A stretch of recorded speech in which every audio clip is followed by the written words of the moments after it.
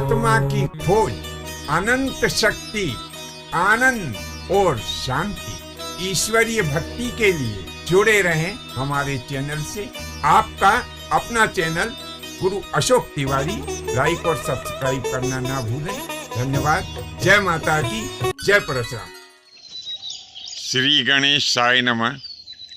प्रिय बंधुओं, कुछ लोग ऐसे होते हैं जिनमें दया नाम मात्र को भी नहीं होती है, और कुछ लोग ऐसे भी होते हैं जो हर हमेशा पराये जीव की हिंसा करते रहते हैं, अहंकारी होते हैं।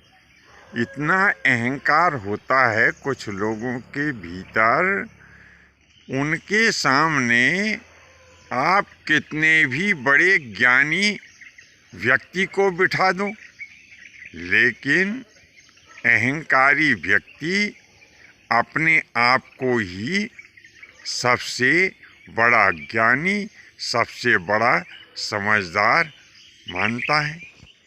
और कुछ लोग बड़े लोभी प्रवृत्ति के होते हैं।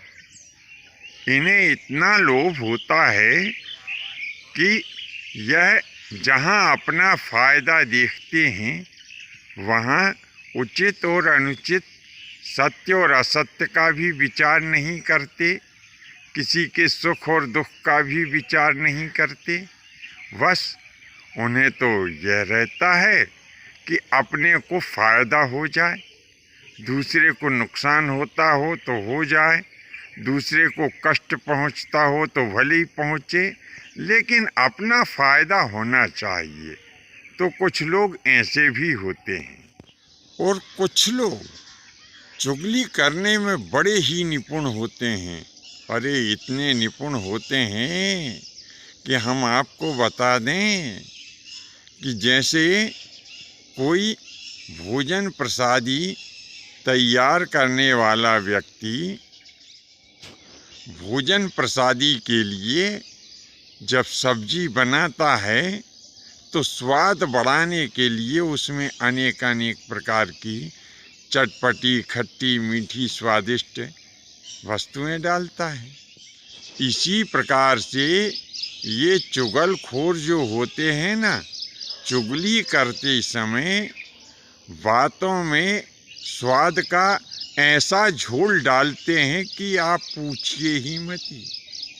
बड़े चटखारे ले करके ये दूसरों की चुगली करते हैं, भले ही व्यक्ति कितना भी गुणवान क्यों ना हो।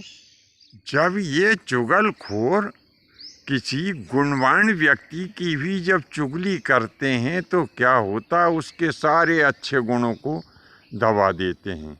तो सुनने वाले इनकी बातों के प्रभाव में आकर के और उस गुणवान व्यक्ति को भी बुरा समझने लगते हैं।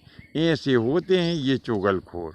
कई लोग ऐसे भी होते हैं जो हर हमेशा बुरे आचरणों में लगे रहते हैं, बुरे काम करने में ही उन्हें आनंद आता है। और बहुत सारे लोग तो भैया ऐसे होते हैं कि बस सुबह से जब वो निकले तो उनके मन में ये भाव होता है कि आज किसे ठगा जाए। वो ठगने वाले ये भी नहीं देखते कि ये गरीब है कि अमीर है। इसे जब हम ठग लेंगे तो बाद में इसे कितना दुख होगा, इससे इन्हें कोई मतलब नहीं। बस जो इनके चंगुल में आया और उसे ये लोग ठगने में बिल्कुल भी नहीं चूकते।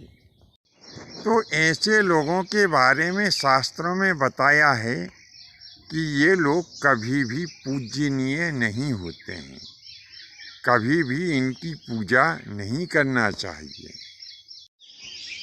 इनसे हमारा चाहे कोई भी रिश्ता हो, ये कितने भी धनाढ्य और ताकतवर परिवार से आते हों, इनके माता पिता भले ही कितने भी उच्च कुलीन क्यों ना रहे हों, तो ऐसे लोगों को कभी भी ना तो दान देना चाहिए, ना इनकी पूजा करना चाहिए, और ये लोग नमस्कार करने के योग्य भी नहीं होते हैं।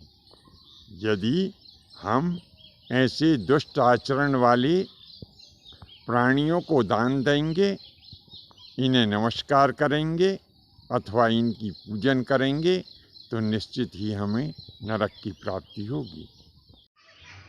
इसके विपरीत यदि कोई व्यक्ति देश हित, राष्ट्र हित और समाज हित के यदि कार्य करता है, तो वह किसी भी जाति, कुल, समाज और वह किसी भी धर्म का अनुयायी क्यों न हो, हमारे धर्मशास्त्र कहते हैं कि ऐसे व्यक्ति की हमें अवश्य ही पूजा करना चाहिए, ऐसे व्यक्ति को अवश्य ही दान देना चाहिए और ऐसे व्यक्ति का निश्चित ही हमें सर्वविधि सम्मान करना चाहिए। ऐसे सुंदर आचरण करने वाले व्यक्ति सदैव वंदनीय होते हैं और प्रणाम करने योग्य होते हैं। भगवान कहते हैं कि जो मनुष्य ऐसे सुंदर आचरण करता है, उसकी पूजन करने से मेरी पूजन हो जाती है, उसे दंडवत करने से मैं प्रसन्न होता हूँ। बंधुओं, जानकारी आपको कैसी लगी नीचे कमेंट्स बॉक्स में लिखें। आज के लिए बस इतना ही। शेष अगले भाग में नए विषय के साथ में उपस्थित होंगे। आज्ञा दीजिए। धन्यवाद। जय माता की, जय परशुराम जी की।